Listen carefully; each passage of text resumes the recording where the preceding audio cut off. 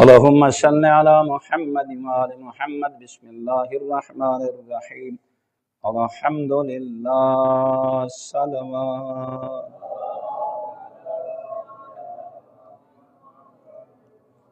برادران ایمانی، کیونکہ شوہر کی تابع داری کے حقوق بیان کیے تو میں نے آپ کے لیے جناب سیدہ کی اس تابع داری کو آپ کے سامنے بیان کرنے کی جرت کر رہا ہوں۔ ایک بلند تر صلوات۔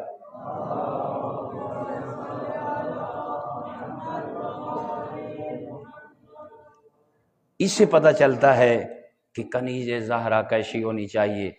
جب رخصت کا وقت جناب سیدہ کا آ پہنچا تو اس وقت مولا کائنات سرہانے جناب زہرا کے نظر آئے تو جناب زہرا نے کائنات کی تمام اپنی کنیزوں کو یہ پیغام دیا۔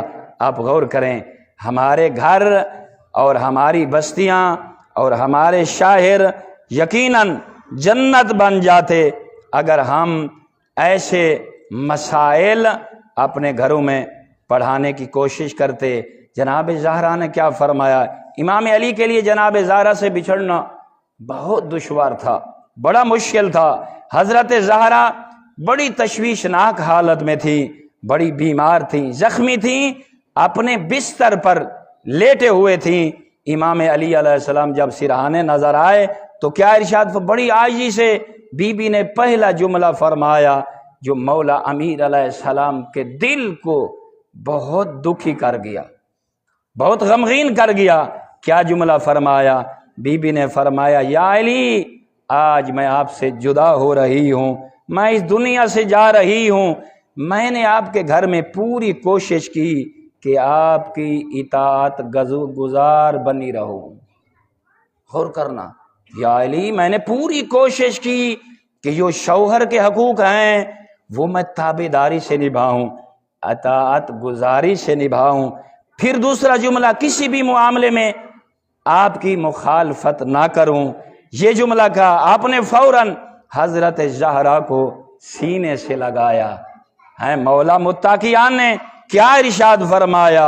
فرمایا ان باتوں نے علی ولی کے دل کو اتنا متاثر کیا، آپ نے فوراً احبری اور سر عقدہ سے زہرا کو اپنے سینے سے لگایا اور علی علیہ السلام رونے لگے اور فرمایا، زہرا، یہ جو آپ کے عاجزانہ جملے ہیں نا، اس کا مقام ان سے بہت بلند ہے۔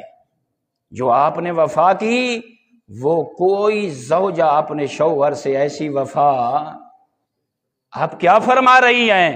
فرماتی ہے، نہیں یا علی، اللہ نے آپ کو بڑا مقام عطا فرمایا، بڑی منزلت عطا فرمائی۔ میرے بھائیوں، مولا علی علیہ السلام اتنے دکھی تھے، جب زیادہ دکھی ہوتے تو مولا صحرا کی طرف چلتے اور ایک کنویں کے قریب جاتے اور کنویں کے منہ میں اپنا منہ ڈال دیتے اور فریاد کرتے، اونچا روتے اور ان سے احوال کرتے کہ میں علی کہاں جاؤں۔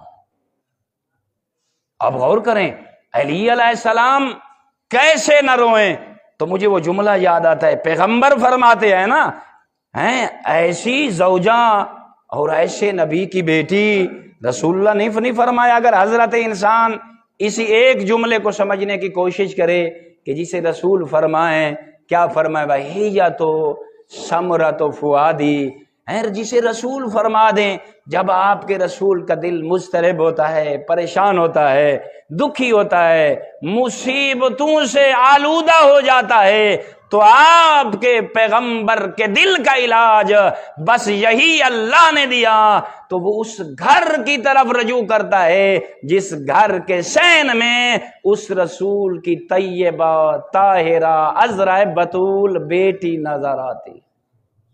فرمایا، یاد رکھنا، ثمرۃ فؤادی، آپ کے رسول کے دل کا سکون یہ فاطمہ ہے، آپ کے رسول کی خوشیوں کا نام فاطمہ اسے بڑھیا جملہ قبلہ ڈاکٹر صاحب کہا، اور آپ سمجھیں اتنی زیادہ اور زیادہ کیا سمجھتے سمجھاتے، ہیا روح التی جنبیا، او میرا کلمہ پڑھنے والے، یہ عام فاطمہ نہیں، یہ عام بیٹی نہیں، میری طرف دیکھو، میری دونوں پسلیوں کے درمیان جو روح دوڑ رہا ہے، اس روح جو دوڑ رہا ہے اس کا نام فاطمہ ہے۔